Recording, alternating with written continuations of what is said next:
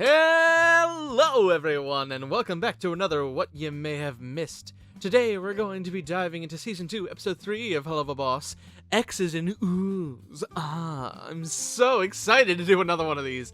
What about you, Carissa? Oh, heck yes. There are so many moments from this episode I'm just itching to get into.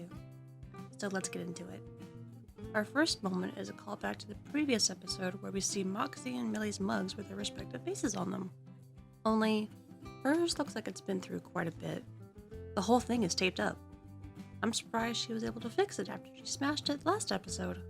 Honestly, Millie probably goes through a lot at work. Hell, or even in her personal life. For instance, bumping into her ex, we'll get to him later, brings out her mildly irritated side. She must be irritated a lot because they installed a human standee with targets on his head, chest, and right on the crotch. They bring that up with a nut button? Why am I not surprised that Blitz has a nut button? Well, who hasn't had a bad day, am I right? I sure could have used that standee a couple times in my life. But anyway, let's look at the whiteboard in the meeting room. It looks to be an idea graph for Blitz's OCs. Let's see here. Sunbeam is a trans lesbian, a top, and an asshole who's in love with breakfast. Blue Cheese is also trans, gay, and a top. Bongwater is trans, a bottom. Blue Cheese is side hoe, and is also a devax. Kaboom is bisexual, versatile, and has had a one-night stand with every other horse in the graph. King Slut is also bisexual and versatile, in an open relationship with Blue Cheese. Though, judging by the board, maybe they shouldn't be. Slime is a bottom, doesn't like labels, has a mutual pining for King Slut. They've hooked up a few times. And Breakfast is a lesbian bottom who's in love with Sunbeam. Geez, that's some chart. Let's put a lot of thought into each horse. And clearly he doesn't want anyone stealing them either. I also think he doesn't want anyone getting his research. He's got tons of it. You mean his porn collection? What are you talking about? It's not... Oh. Oh my. Well, I guess that would explain the string of condoms, too. You never know when you're gonna need them. Such a shame that most of my, research was blown out of the goddamn hole in my office! I still blame Moxie for that. Anyway, on the helicopter ride to Greed, we get to see quite a bit. Also, it's worth mentioning that the rings have elevators for transporting vehicles, not just denizens. We're starting off with Lululand. Damn, it's still under construction. I wonder if we'll ever get to see it brought back to its, is glory even the right word to use here? Yeah, I don't know. But, take a look at the Imp Goons carrying the Mammon bags. Two of them have the actual logo on it, and one just says Mammon logo. Fun fact, Caden Westbrook, one of the artists for the episode, literally tweeted out, "I'm crying. When I boarded this sequence, I wrote Mammon logo as a placeholder because I was waiting on the design, and they kept it?" Seems like they were just as caught off as we were with this. Looks like we're getting into mafia territory with some of these guys. Look at this imp getting stabbed and shot repeatedly. Stop! Stop! He's already dead! What? No, that's crazy. What are you talking about? They're just having some good, clean fun. After all, the town that Moxie's from is called not a mafia town. There's no mafia here. We're mafia free. Let's be honest. Seeing that we're in Greed, it kind of makes sense that we'd see a lot of mafia characteristics. Especially with how one of our newest characters enters the story. Yeah, Crimson. That guy gives me the heebie-jeebies. Not just him, though. Take a look at his house. His walls are covered in trophies. We have imp horns, shark jaws, succubus wings in their tails. And it honestly wouldn't surprise me if some of these were hellhound collars, too. Also, take a look at the wallpaper. It's giving off sleeping with the fishes vibes. Right? Also, this picture is clearly a nod to The Godfather. I mean... You can't tell me it doesn't look like Marlon Brando. But then, we see the family portrait. Oh, it's our first time seeing adorable little Moxie. And his mom is so pretty. Our next moment is a callback to the movie Titanic. We see Moxie wearing the heart of the ocean while Chaz paints him like one of his French girls. But we also see that he makes sure to add the note that Moxie has a smaller dick than his. God, Chaz is an ass! Speaking of him being an ass, if he wasn't such a jerk and left Moxie behind, he never would have met Blitz in prison. So in that sense, life finds a way to bring you to the right situation in life. I also find it very cute and warming that Blitz hired a babysitter for Luna.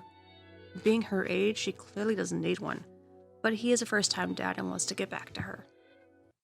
You know, I heard someone had a cute little theory that Millie may have been the babysitter for Luna when Blitz got locked up. So when Blitz and Moxie broke out of jail and headed back to Blitz's place, that was how Moxie and Millie first met. That's so cute! It would explain why Millie seemed a bit closer with Luna than Moxie, willing to put up with her attitude a bit more. Maybe they bonded over multiple babysitting nights. At least Blitz didn't just leave Luna scared and alone when he got locked up. Yeah, he's a good dad. Crimson, on the other hand, is probably one of the worst in the series so far. At least Moxie's mom seemed like a nice woman, treating him kindly and all. Rare to see in hell. And you know, some people have said that going by her attire, she may have been a Wrathring imp. That certainly would explain this line from the Harvest Moon episode. I was born here too. I have some fight in me. Either way, his dad's an ass. Without a doubt. The things he had Moxie do as a child is absolutely horrendous. Trying to make him shoot a live target for practice and forcibly pushing him to draw an unknown imp. He clearly didn't want to do any of that, and neither did his mother. By the way, it's not his mother that he's pushing into the water either. Her tails and horns are different. The most heartbreaking moment here is when the audience realizes that Crimson had his own wife murdered just so he could send a message to his own son. Fuck Crimson. Wait, what was that? Oh, no, not not you, hon. Moxie's asshole of a dad. Oh, right. Jerk face. Speaking of jerks, let's talk about Chaz, the ex-boyfriend of Millie and Moxie. Oh my gosh. After we get one of the greatest meme faces to come from this episode, Moxie heads to his bedroom, and the walls are just covered in portraits of Chaz. Ego much? I think we can all agree with Moxie when he says, Fucking why? it makes sense when we see multiple signs of him having a big dick, as he proclaimed very proudly earlier. I got a big dick. Except for one that says big dicks with an S. I wonder if that's a nod to the fact that male sharks have two claspers that they use in the mating process.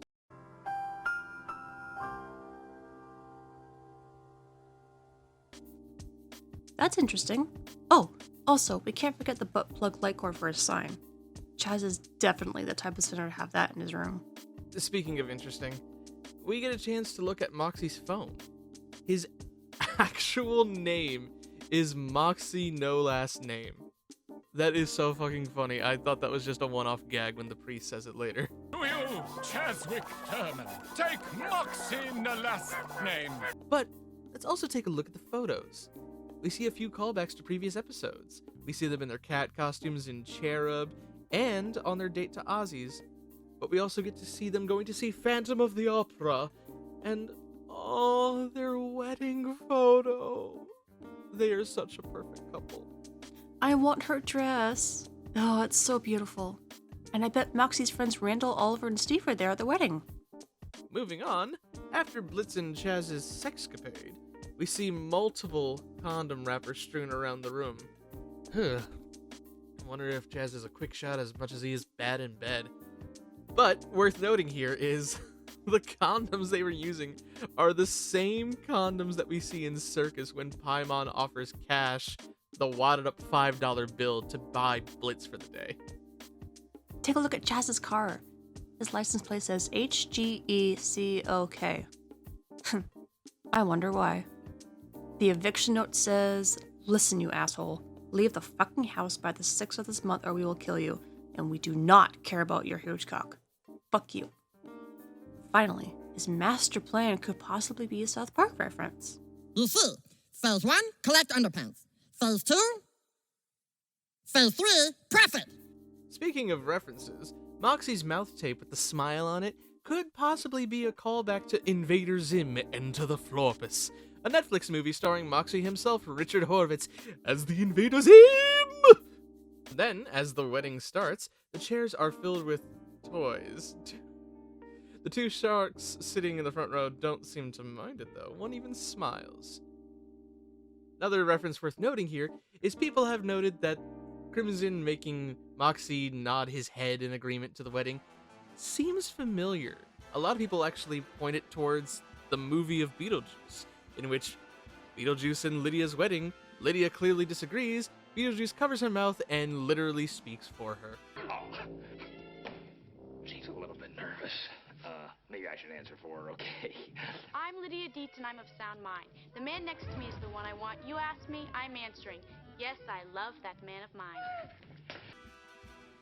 This being a possible reference actually makes way too much sense, because Elder Jaws the priest is played by Abe Goldfarb, who has done a little bit of voice work here and there, but also just so happened to be in the original cast for Beetlejuice the Broadway show, as quite a few roles. He was in the ensemble, he was a mover, a neighbor, he was an understudy for Beetlejuice, who we know has made an appearance in the show already, Mr. Alex Brightman, aka Fizzerali, Charles understudy, Maxie Dean's understudy, Adam's understudy, Otho's understudy, and he was the replacement for the census taker. Man, this guy's got a lot of pull in the Beetlejuice community, clearly. We're back in Chaz's car and we see Blitz cycle through various radio stations. The Mammon channel is playing Lululand. Station 69 is playing Vacated Bone Town. Very fitting. Got Lusty Tunes, Station 66.6, and Station 80.085. It smells boobs. That's fucking hilarious. Yeah, it's funny. Finally, the last station that Blitz chooses is Wrath's #1 Fuck You Up hits, and honestly, it's the perfect station for Millie's badass moment for rescuing Moxie. How does Blitz know what Shrek is, though? Not sure, actually.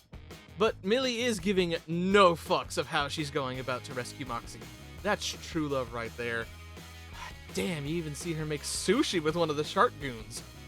I think that was a good indicator for the priest to say, nope, I'm out. Fuck this. I would not want to get in the way of that either, that's for sure.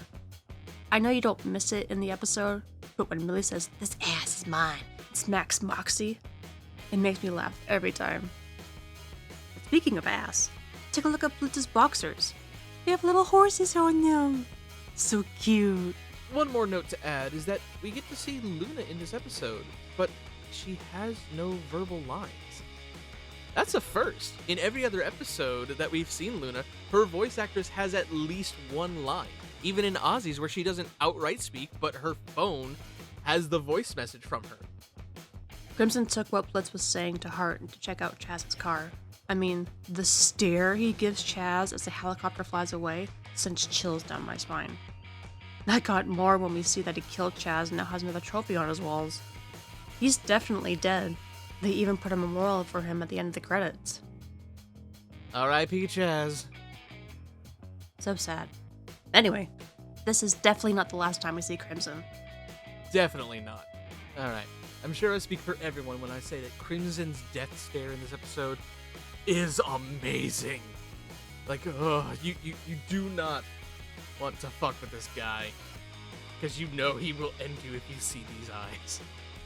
The head storyboard artist actually took to Twitter saying, "I drew Grim with narrowed, squinted, angry eyes for the rest of my boards. And then, for this moment, it didn't hit as hard to have him squint, and once again. So, I thought it'd be scarier to have them wide open." Yeah! Yeah, you hit that nail right on the head there, buddy. Good job, though. It's incredible. It's amazing. That's for sure. Yeah, he's one messed up villain in this series. Kind of reminds me of the one that you played in one of our more recent comic dubs. I'll have to remember to put a link to that in the end card. Unfortunately, that is all the time that we have for today. We hope you enjoyed this What You May Have Missed. Let us know in the comments below what you thought of the episode. Thank you all so much for watching. We'll catch you next time. Is anyone gonna fix the fucking hole in my office? Carissa, let's get out of here. Right behind you. Hey, get your sexy asses back here! Damn it. Moxie, find a way to fix this! I'm getting me a vocal Rissa sandwich if it kills me.